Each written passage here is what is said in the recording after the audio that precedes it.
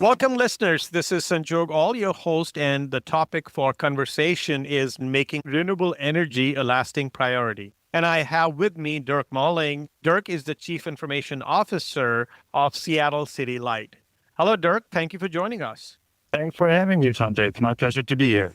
Now that we know green and renewable energy is an important and buzzy political issue today, and we want to be environmentally friendly, but along with this discussion and need for change comes some serious business challenges about how we are going to make the most of our investments. And with that in mind, my first question for you is going to be that beyond PR reasons, how compelling do you think is the business value for a utility to embrace renewable energy sources?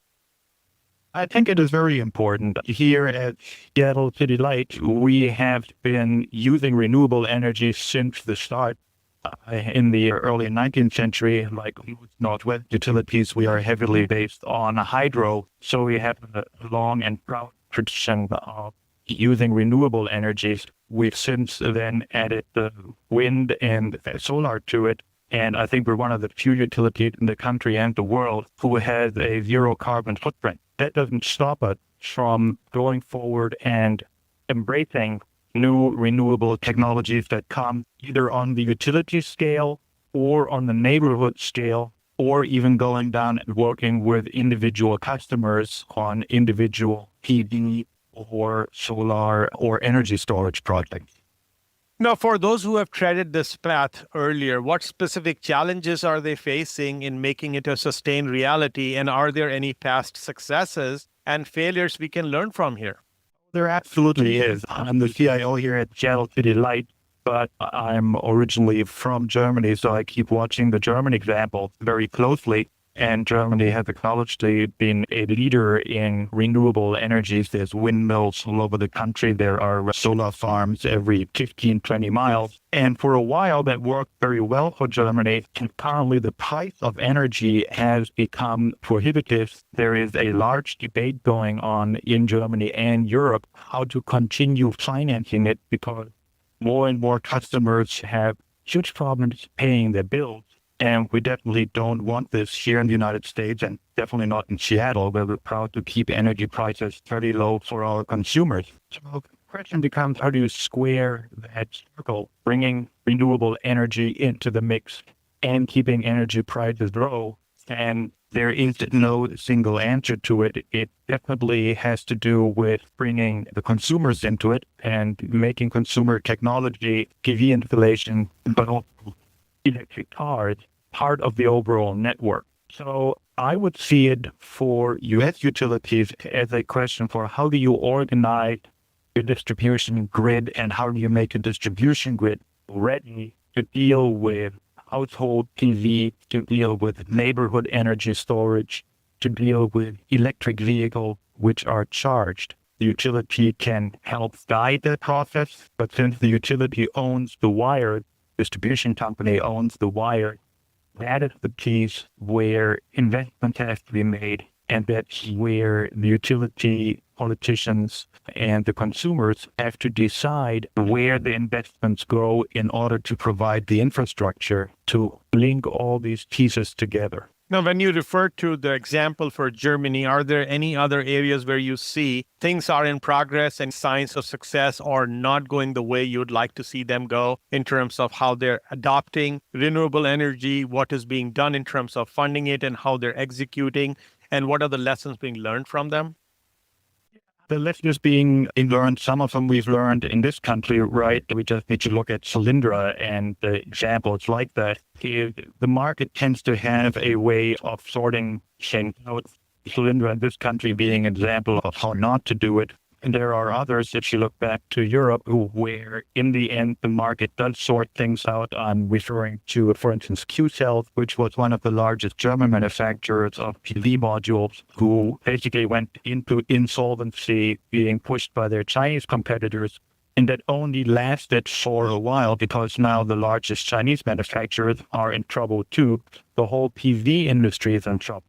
So that's definitely a way not to go, because it's not sustainable. It has all the signs of a bubble. I think Seattle has shown in the Northwest how with hydro, with renewable energies, you can be in business for over 100 years and not live on a bubble. And we want to build on that proud tradition in cautiously putting consumer and neighbor PV in working around microgrids. We also see this as part of the resilience. Here in Seattle, we're prepared for mudslides, earthquakes. We have two volcanoes here. Something may happen. If a disaster happens, we want to have a certain amount of resilience, and microgrids and renewable energies are a way of adding value to it that goes beyond just the free fuel factor. Now, how will the inclusion of renewable energy change the expectations of the consumer and the behavior of the distribution channel? For example, will it become like cable TV, where we need to sign up in advance to use a certain amount of power and pay more money? Or will it make executives rethink their energy procurement policies due to obvious fluctuations in the renewable energy prices, and that will create an impact on the profit margins? Yeah, that's a very difficult question and goes into rate design and the whole governance of renewable energy and energy market, which is definitely outside of my area of expertise. I'm the CIO, so I make sure that we have information flowing and that we have energy flowing for our customers. I'm not a regulator or a rate or tariff expert. I know there are many regions in the United States where you have a choice for your generator. So people may not know the details, but just in the top level, the utility industry in most parts of the United States is broken into the generation of electricity, either through nuclear or coal or gas or renewable, the transmission to the metropolitan centers, and then the final distribution, the last mile. In some regions, this is done by 3 different companies, and the consumer in the Massachusetts have a choice who they want to generate their electricity, and of course have a choice there to go green, which then is somewhat more, the cost of the kilowatt hour is higher than if you took the lowest bidder. But now the consumer has choice, and it's again markets that help sort out some of these issues on a higher level. We can say, no, I do not want to buy nuclear power. I want to go green. Or you say, I'm on a budget and I personally don't really care as long as it's most cost effective for me. Let's take a quick break, listeners. We'll be right back and then look at smart grid as a good approach to actually bringing renewable energy into the mix and then still make it a very viable option and a successful element for how utilities work. Please stay tuned. We'll be right back.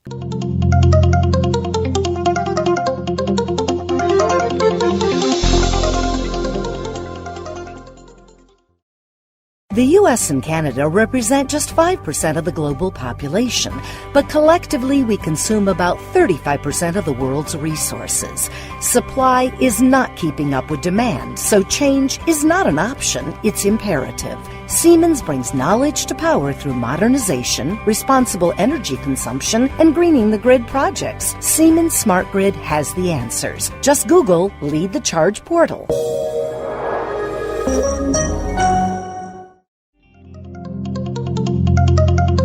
You are listening to CIO Talk Radio Viewpoint.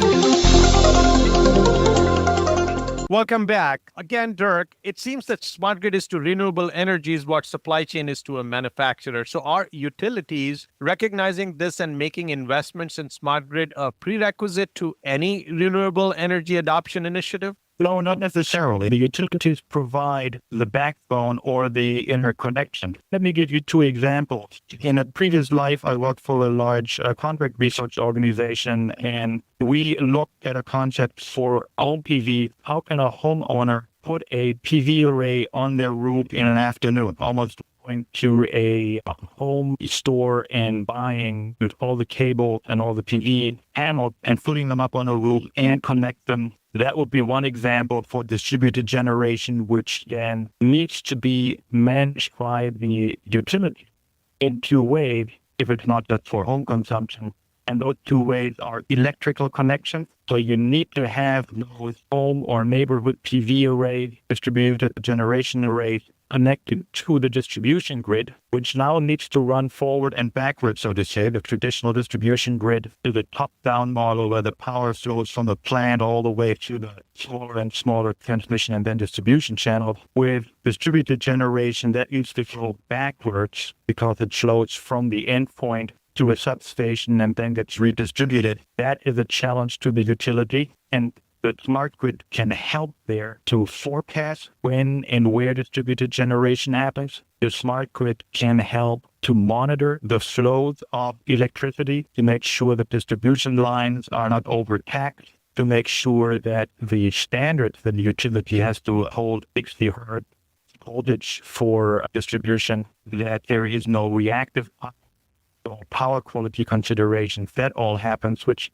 the consumer or a distributed generator would really not be concerned. With a smart grid, we start to get the capability. And it's interesting to look at substations and the distribution grid because usually the industry has focused on smart metering. And that was in many utilities the entrance point for the smart grid. I personally think that looking at distribution automation and substation automation, you are working at an angle where you provide infrastructure that actually allows consumers and the citizens to participate with their individual distributed generation arrays.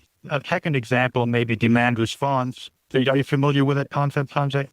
Yes, to a little bit, but please expand on that, please.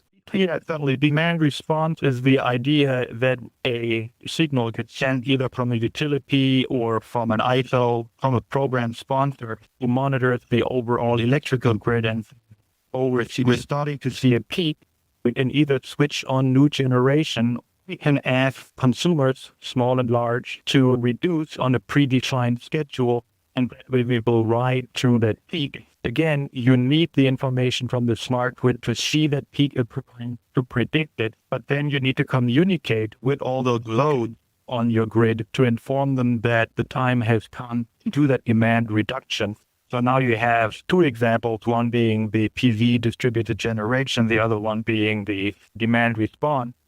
Your communication network sit on top of electrical network, and where the distribution network really is the place where these things are happening. It's not happening at the power plant. It's not necessarily happening in the transmission network, but it's happening in your neighborhood distribution network, which now works basically upstream and downstream, closely monitored by sensors, overlaid predictions, and controlling.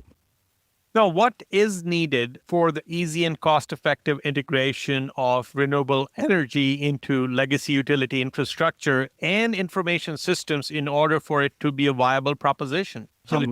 Yeah, go ahead.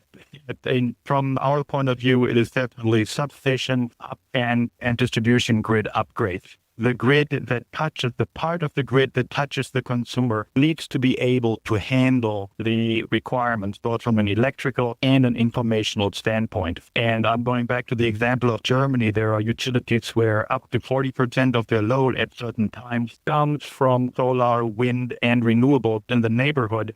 And the biggest problem is paying for the upgrades of the distribution grid of the substation. So that is the question, how much political will and how much economic will is there to provide these upgrades, either through grants or through tariff, but somehow the infrastructure needs to be there to accommodate the growing distributed generation and the initiatives that individual citizens make. Now, when you spoke about the funding and other type of resources, do you think the utilities have enough resources, the right resources in terms of people, processes, and technology to make this happen? And if there is a gap, then what external help and or additional resources are needed?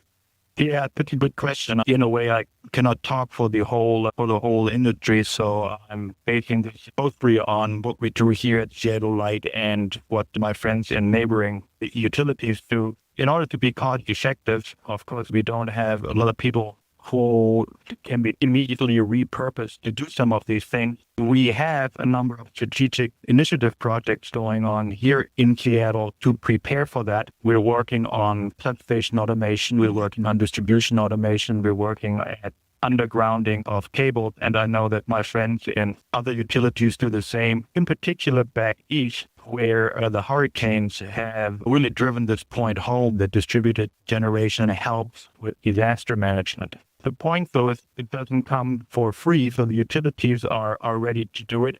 And the other element in this mix are vendors. So you have the large, I call them OT vendors, operational technology vendors, people who manufacture, build, sell energy management systems, distribution management systems. So these are computerized IT systems that in the utility usually run under the heading of OT, operational technology. And there's a convergence happening between IT and OT. But the utilities, to a certain extent, are not only looking at the customers, the ratepayers, and the governing bodies, but also at the vendors to come up with technologies or innovations that help to use the current infrastructure to do more for a cost-effective transition or upgrade path so that they can handle all these things that we talked about. Once again, thank you so much, Dirk, for sharing your thoughts and insights about making renewable energy a lasting priority. It's been my pleasure to speak with you, Sanjay, and I hope that our listeners got a few ideas out of it. Thank you once again. And listeners, I invite you to find more conversations about smart grid on our website at www.ciotalkradio.com/smartgrid.